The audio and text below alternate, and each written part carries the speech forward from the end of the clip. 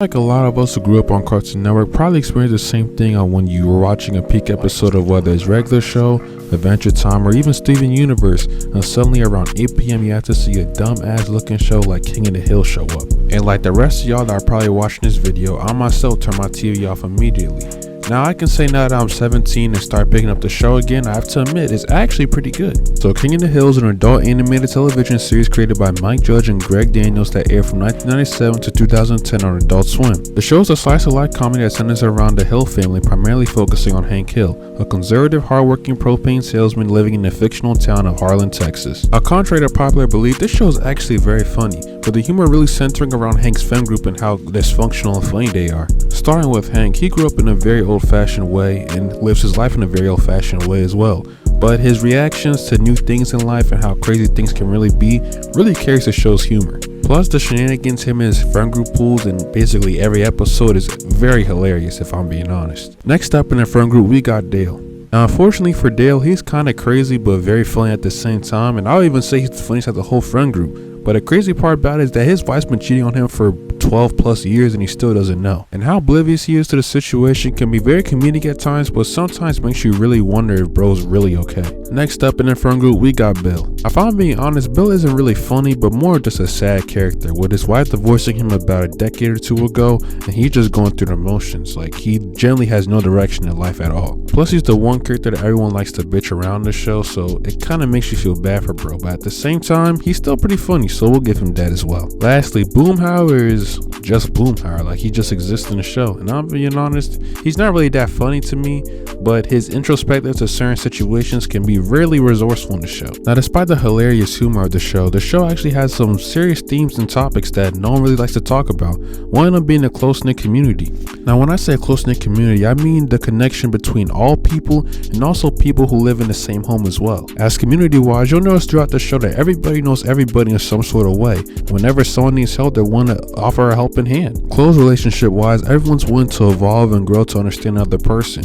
One of being Hank and his son Bobby's relationship, as Hank often disapproves of Bobby's interests in whether it's comedy, fashion, theater, but deep down he still loves his son and tries to support him in everything he does. Or you could use Hank's friend group as an example, as Dale, Bill, and Boomhauer are constantly fucking up in each other's lives and messing up Hank's as well. But at the end of the day, they still come together like a family and always help each other out no matter what. But kind of going back to how I said Hank and his son don't necessarily get along, another thing we have to talk about is the tradition versus change that's shown throughout the show. For example, Hank Hill is the ultimate representation of an old-fashioned, hardworking, morally upright American, and he is deeply proud of his job and community and his values, but the show always puts him in situations where his values are questioned by modern influences. For example, Hank's relationship with Bobby, as Hank expects Bobby to grow into a strong, responsible Texan man, but Bobby's artistic, sensitive, and uninterested in Hank's ideals, with their conflict of interest kind of mirroring the generational definitions of masculinity, as the older generation think men should be people who are apathetic, all about getting the money, and shouldn't show any type of emotion,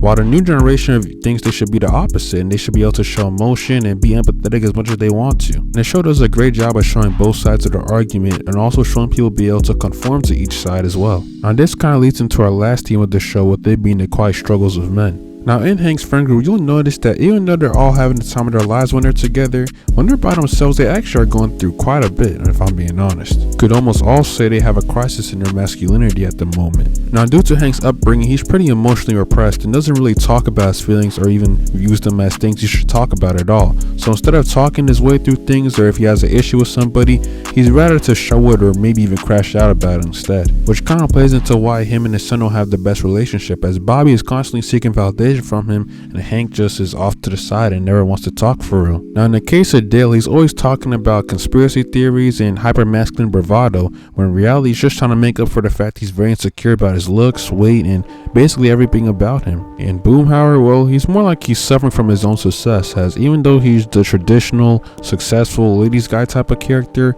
he's still emotionally detached and lacks deep connections. Lastly, Bill is probably in the worst mental spot out of all four of them, as after his wife left him, it just messed him up completely, and he now just relies on beer and talking to his friends as an outlet to the sadness of living at home by himself. Now, overall, I believe that King of the Hill is going to be and is one of the most, if not the most accurate depiction of average American citizen life.